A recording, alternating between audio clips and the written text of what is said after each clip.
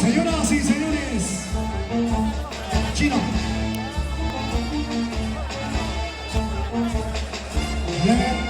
La presencia de los toreros profesionales. Percy Fernández. Ingresamos, por favor. Vamos.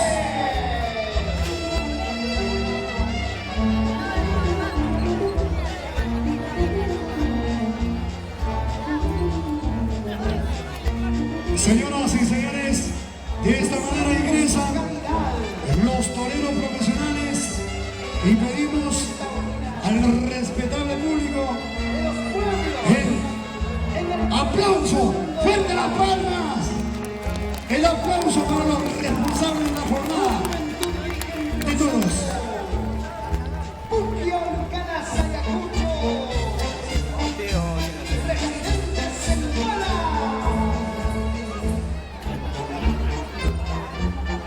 Yo no sé.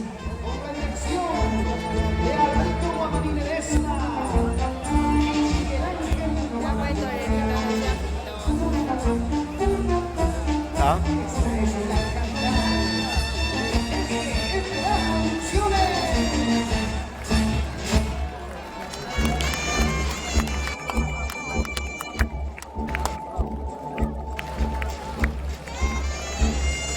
Los 6 integrantes son absolutamente el aplauso del respetable público a los diestros del día de hoy, de esta jornada.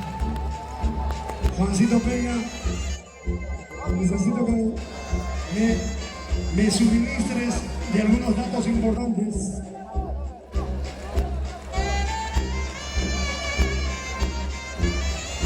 Miguel Ángel Guamaní. Se escucha y se sienta la calidad.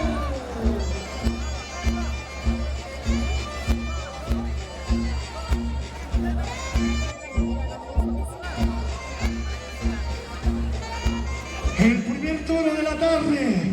Atención, silencio absoluto.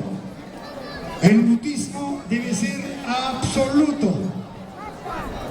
Los toreros profesionales, grahuinos, Rafael de la Peña, Morgan Garrafita, y son toreros grahuinos.